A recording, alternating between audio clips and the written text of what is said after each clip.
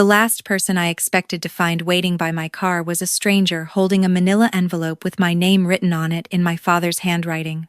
I had been standing at the edge of the reception, watching people I barely recognized fill my childhood home with casserole dishes and sympathy, and I was about to slip out the side door when I saw her. She was leaning against the driver's side of my car in the driveway, calm as if she had an appointment. She was maybe 50, short gray hair, dark blazer despite the August heat in Nashville. She didn't look like one of my father's colleagues. She didn't look like a neighbor. She looked like someone who had been waiting a long time. I stopped walking. She met my eyes across the driveway and gave the smallest nod, like she already knew who I was, like she had been watching me all afternoon. I almost turned around. There were 100 people inside that house, my father's friends and business partners and our neighbors from 30 years ago, and some part of me wanted to go back in and stand in the corner and pretend that my father had not just been buried 3 hours ago, that the world had not just rearranged itself into something unrecognizable. I wanted more time. I wasn't ready for whatever was in that envelope.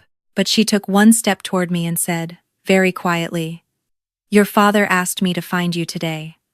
Not your stepmother. Not Marcus. Just you." I walked over. Her name was Carol Hartman. She handed me a business card before she said anything else. Private investigator, licensed in Tennessee and 3 other states. I read it twice because I needed something to do with my hands. "Your father hired me 11 months ago," she said. "He made me promise I would find you on the day of his service." Before the estate paperwork was signed, before anything was transferred, I looked at the envelope with my name on it. My father's handwriting was careful and slanted, the same way he had always written birthday cards and grocery lists and the notes he used to put in my lunchbox when I was small. "What is this?" I asked. "Everything he found," she said. "And everything I confirmed for him." She told me I had 48 hours. She told me not to tell my stepmother or Marcus. She told me to read the contents of the envelope somewhere private, and then to call the number on the back of her card. Then she got into a blue sedan parked across the street and drove away. I sat in my car for 20 minutes without starting the engine. Inside the house, I could see movement through the kitchen window. Diane, my stepmother, moving efficiently between guests, refilling glasses, accepting embraces. She was good at that. She had always been good at performing the version of herself that the room required. I put the envelope in my bag and went back inside. My father married Diane 6 years ago, 14 months after my mother passed. I want to be fair about this. I want to say that I tried.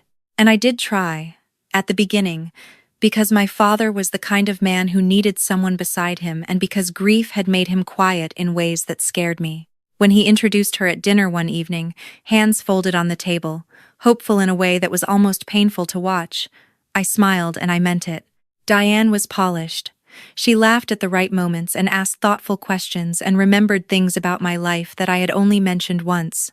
She had a son, Marcus, who was 22 at the time and who worked in some vague capacity for a tech startup in Atlanta. He came to Christmas that first year with a bottle of wine and an easy smile and opinions about everything, and my father seemed to enjoy sparring with him at the dinner table, and I told myself this was fine. This was my father being happy.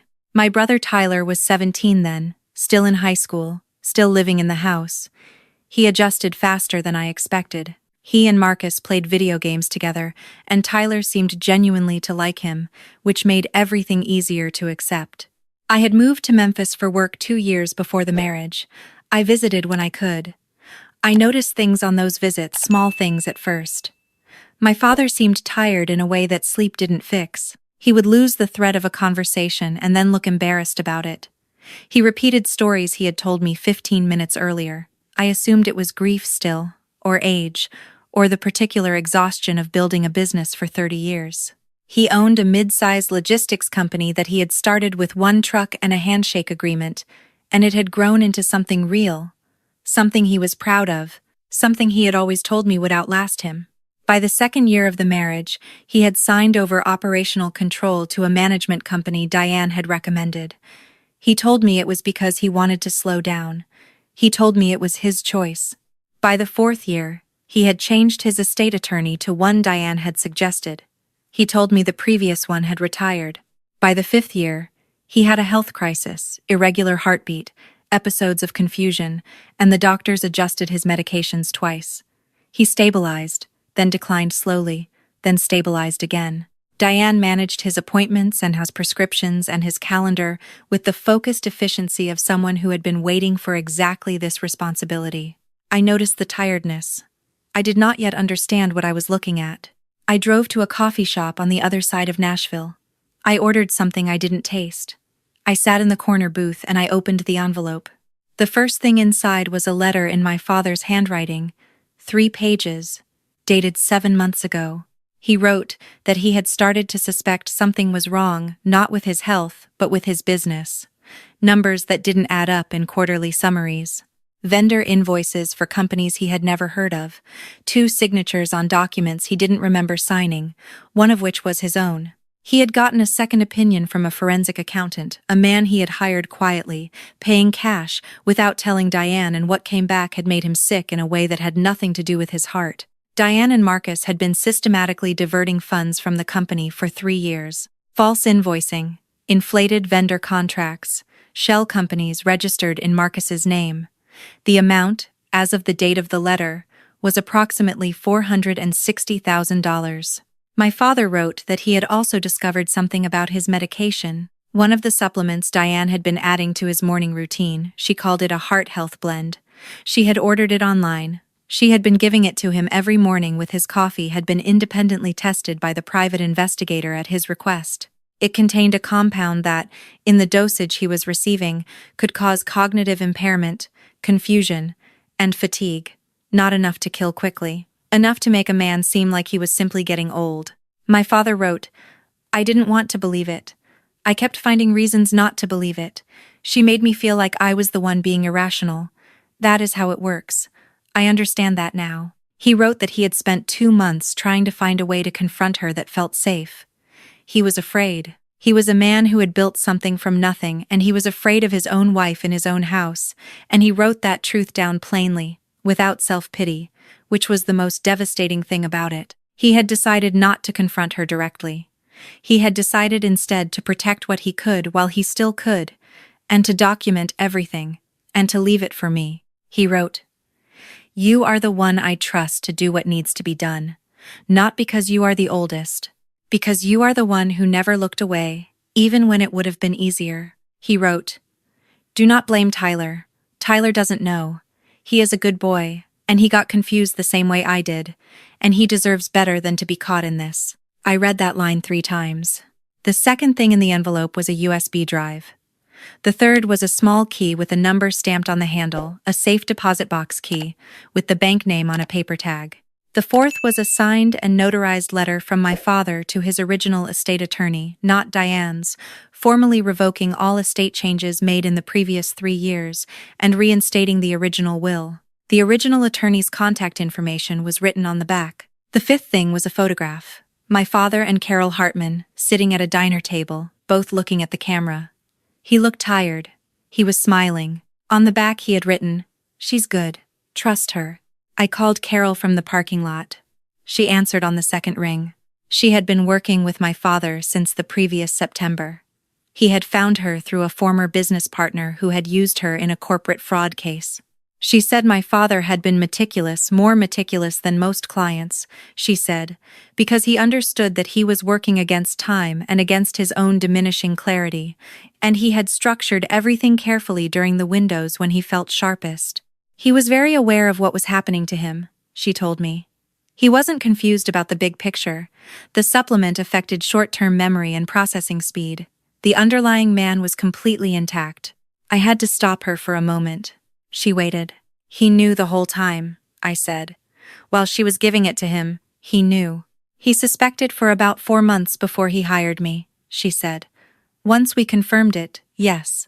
He made a choice to continue the routine outwardly because he didn't want Diane to know he had discovered it. He needed time to get everything in place. My father had quietly endured something being done to his mind because stopping it would have tipped off the woman doing it.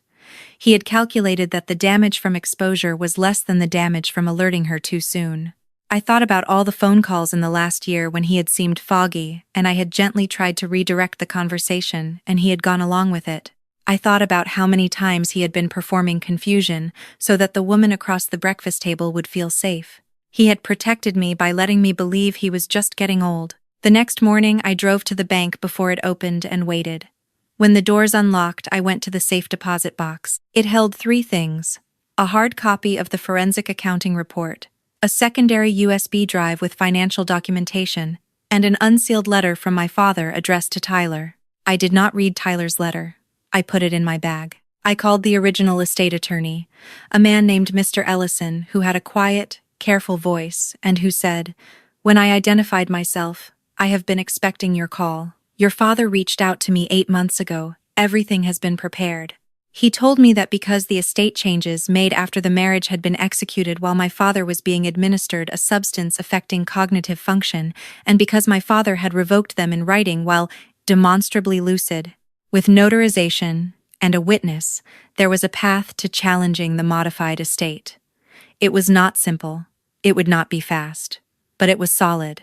He told me that the forensic accounting evidence was sufficient to open a criminal investigation. He told me to come to his office that afternoon. I want to tell you about the moment I almost didn't go through with it. It was the evening of the second day. I was sitting in my car outside my father's house, my childhood home, the house he had bought when I was 4 years old, watching the lights in the kitchen windows. Diane was in there. Marcus had come up from Atlanta the previous night. Tyler was in there too, home from his second year of college, quieter than I had ever seen him, still wearing the same gray sweater he had worn to the burial.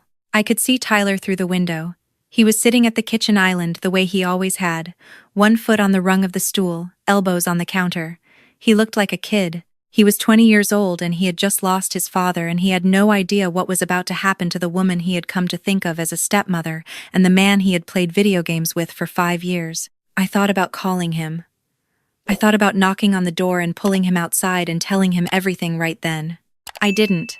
I want to explain why, because this is the part I have thought about the most. Tyler had been living in that house. Tyler had been eating the food Diane prepared, breathing the same air, operating in the same gravitational field that had slowly bent my father's reality over 5 years. I did not believe Tyler was involved. I want to be completely clear about that.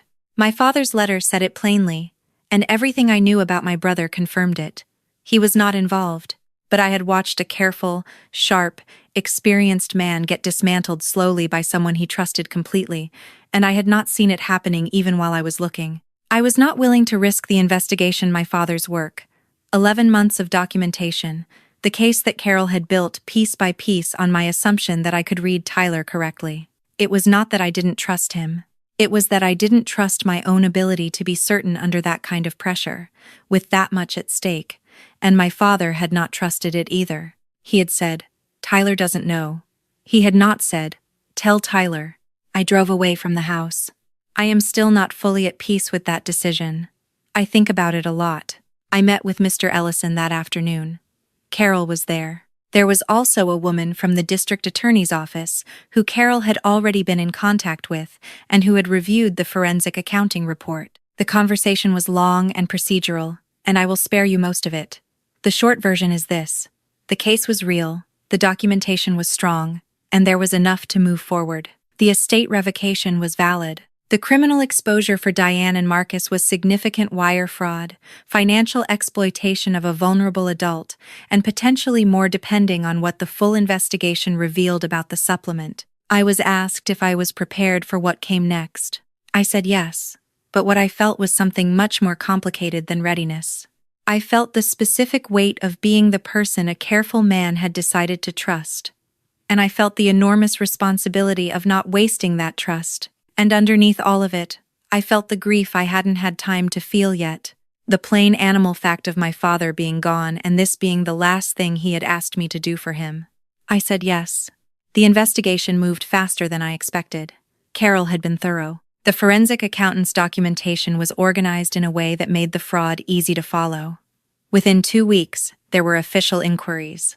Within a month, accounts had been frozen. Marcus retained a lawyer. Diane retained a lawyer. I won't pretend that what followed was clean or quick. It wasn't. There were months of legal proceedings, depositions, motions. There were nights when I sat with the manila envelope on my kitchen table and reread my father's letter just to hear his voice in the words. There were days when I was not sure the outcome would be what his careful planning deserved. But the documentation held, the revoked estate instruments held, the forensic accounting held. Diane pled guilty to 3 counts of financial exploitation and 2 counts of wire fraud. Marcus pled guilty to 2 counts of fraud and agreed to full restitution. The sentences were not as long as I had wanted. They rarely are. But they were real, and they were on record, and the money, most of it, was recovered and returned to the estate. My father's company, which had survived worse than this, was restructured and sold to a partner who had known my father for 20 years and who promised to keep the name on the door.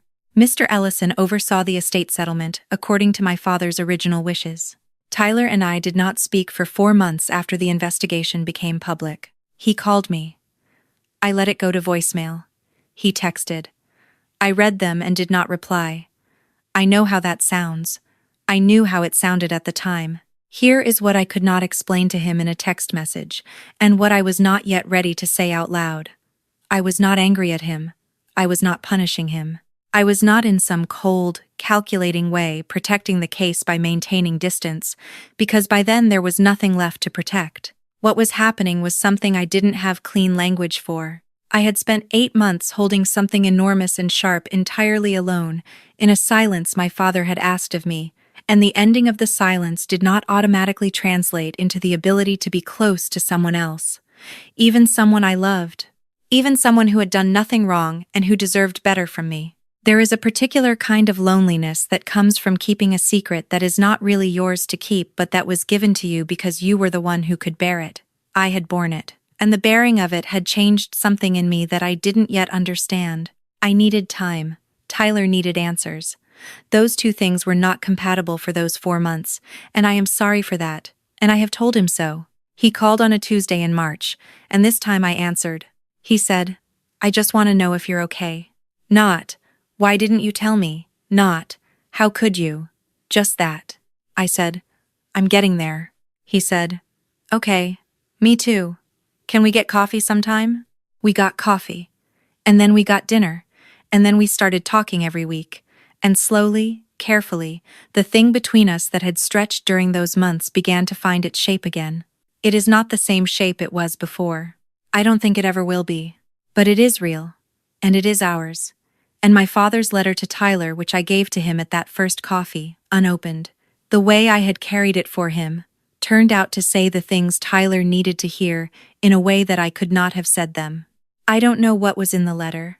Tyler has never told me, and I have never asked. Some things are private even between people who are trying to rebuild. There is something I keep coming back to, something Carol said to me on the phone that first night. She said my father had been meticulous. She said it with a kind of respect that was not just professional. She had worked fraud cases for 20 years, and she knew what it looked like when someone did everything right, and she said my father had done everything right. I think about what that cost him. I think about the mornings he sat at his own kitchen table and drank his coffee and accepted what was being done to him because stopping it would have undone everything he was trying to protect. I think about him finding Carol, meeting her at that diner, looking at the camera with that tired smile. I think about him making sure the photographs, the notarizations, the letters were all in the right places, that the key was hidden somewhere Diane wouldn't find it, that the instructions to Carol were clear about who to find and when. He spent the last year of his life building something. Not the business, he knew the business was compromised and he had already let it go in his mind. He was building a case. He was building a path.